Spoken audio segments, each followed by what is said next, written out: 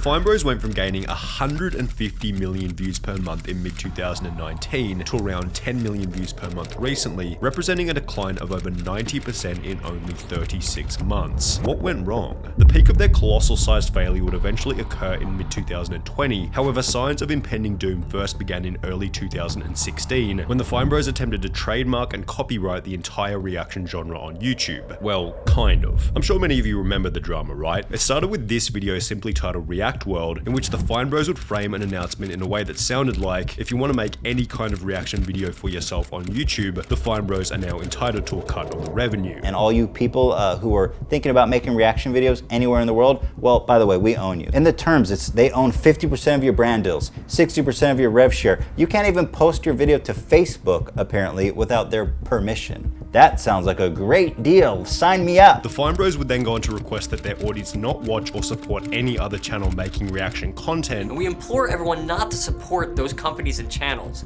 When you notice someone ripping someone's format off, don't stand for it. However, when you take a look at the Fine Bros' history, it's hardly surprising that they felt entitled to the genre. The pair had built what you might call a reaction empire, beginning with kids react to viral videos back in 2010. The series became popular because it took already successful viral content and added further insight into it by having kids provide their own opinion. Yet, while this was an incredibly successful formula, going back to their React World drama in 2016, it would also be a point of criticism. They complained about having their shows and formats blatantly stolen by companies and people, both online and on television. Yet at the same time, they were blatantly ripping off these viral videos, then collecting the ad revenue by simply having kids react to them. Oh, these are those guys who complain about licensing, even though they use people's videos unlicensed. After finding success with Kids React back in 2010, the Fine Bros moved on to Teens React, YouTubers React, and eventually Elders React, at which point they'd find themselves in a brand new controversy. Despite acting as if they started and owned the reaction genre on YouTube, their audience would come to discover that Seniors React had already been done on a channel called Still Cosmo in April 2012, only 1 month prior to the Fine Bros beginning Elders React in May 2012. What was even more infuriating was that despite Still Cosmo having started Seniors React first, the Fine Bros would take down every single one of Still Cosmo's Seniors React videos, claiming copyright infringement, which didn't sit too well with their fan base. As mentioned previously, I worked for the Fine Brothers. When they took down Seniors React, there was major backlash from the fans. They moved to censor any comment on all of their channels so people didn't know about it. This was par for the course for them, as they looked to control the conversation in regards to anything involving their properties. And goodbye the Fine Bros acting as if they own the genre, people began to dig up examples of Bill Cosby doing Kids React content on television dating all the way back to the 1990s. However, this seemed to have no effect on their perceived ownership of the genre, as they'd then gone to call out Ellen DeGeneres, stating that she had also stolen their apparent idea of making reaction videos. Wow, the Ellen Show just did a kids reacting to old technology. Didn't mention us, didn't do it with us. Not cool. Need you to go to their Facebook page and blast the Kids React links, even if they didn't realize even more important to tell them. Thanks for the help, here's the link to go leave comments, accompanied by another post their Twitter reading, ashamed to not have @EllenShow reach out to us, versus just fully taking it as their own. This happens too often. Whilst the Fine Bros clearly expected support from their audience, calling out Ellen only gave everyone another excuse to clown on them. At the Fine Bros, at the Ellen Show, welcome to German television late 90s to now. You did nothing revolutionary. At the Fine Bros, you don't own the concept. Anyone can do kids reacting, it's fun and enjoyable.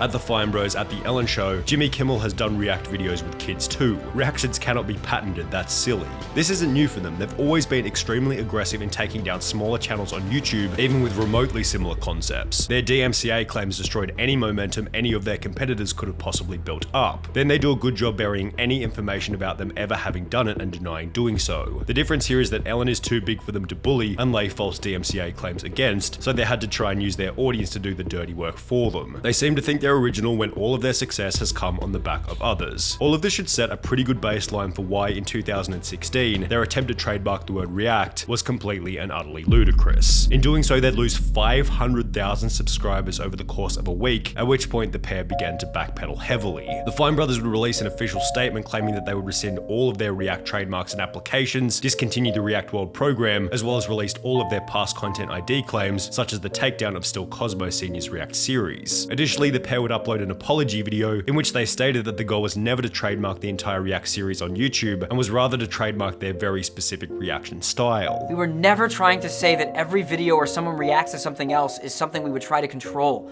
When we referenced licensing the React format, we only meant our specific series, not the overall genre of reaction videos. We do not own the genre. However, while the goal of any apology is to mend one's reputation, some clear mistakes can be observed within the Fine Bros video, which would only contribute to their decline. Firstly, they failed to keep their cool and instead responded to the audience with an angry, emotional temperament. Just because we have or might get trademarks doesn't mean we're going to run around and start taking down videos. Sounds like they're both holding back pure rage and hatred. I feel like I'm being lectured by my parents about how it was wrong to punch my teacher. LMFAO, how is this an apology? They were literally just yelling at us and acting like we're idiots. I forget how pissy they looked in this. If you're making an apology for doing something shitty, maybe it's not the best idea to be visibly fuming at everyone for having foiled your scheme. Now, it's understandable as to why the pair were a little volatile. They lost 500,000 subscribers in a week and had negative news article after negative news article, which is something that none of us have experienced, so maybe we're not even in a position to comment on this, but cooler heads always prevail. Their emotional response did nothing but display how much the drama had gotten to them, and when you combine this with their massive backpedal of apologizing and promising to throw out the React World program altogether, it displayed this kind of pathetic subservience to their fan base, or simply put, they made it obvious that they cared way too much, which would prove to be the ultimate detriment after the real drama began in mid-2020. In the lead up to this point in time, specifically the 4th of June 2020, the Fine Bros had chosen to involve themselves in the Black Lives Matter movement by uploading a video simply titled "This Is My Story," which contained an introductory message reading, "In support of hashtag Black Lives Matter and the social unrest in America surrounding the killing of George Floyd and countless injustices against people of color, we asked our reactors if they would be willing to share their own stories of being black in America. They did. They are a part of our FBE family and we want to help amplify their voices. Thank you for listening, the FBE team," clearly aligning themselves and their entire brand as allies of the movement. Yet, opting into the game of politics turned out to be an incredibly dumb decision for the Fine Brothers, because only a week after posting the video in support of Black Lives Matter, their audience would dig up a video from 2009 in which Benny Fine had done blackface. In light of this, other black creators from within the company came out stating that rather than being supported, they had actually faced racism while working for the Fine Brothers, one of which discussing their experience in a YouTube video. So many former staff members and cast members have bravely spoken out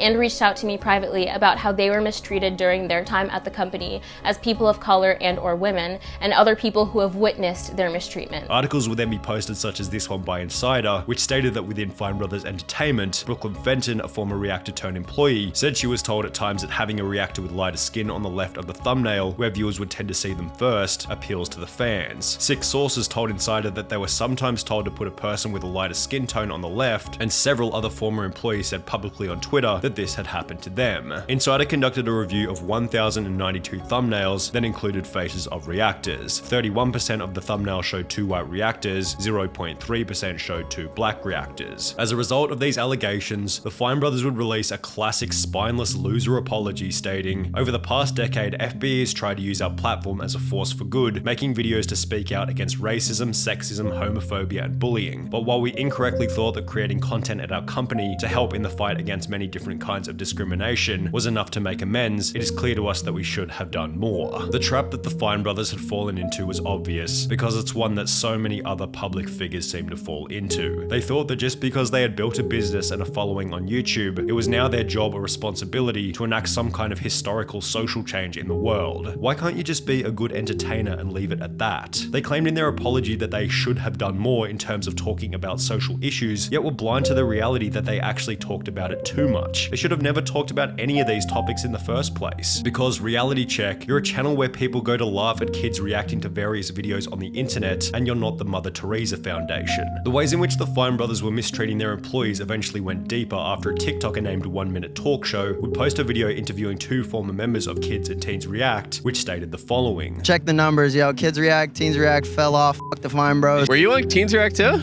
Wait, can you come?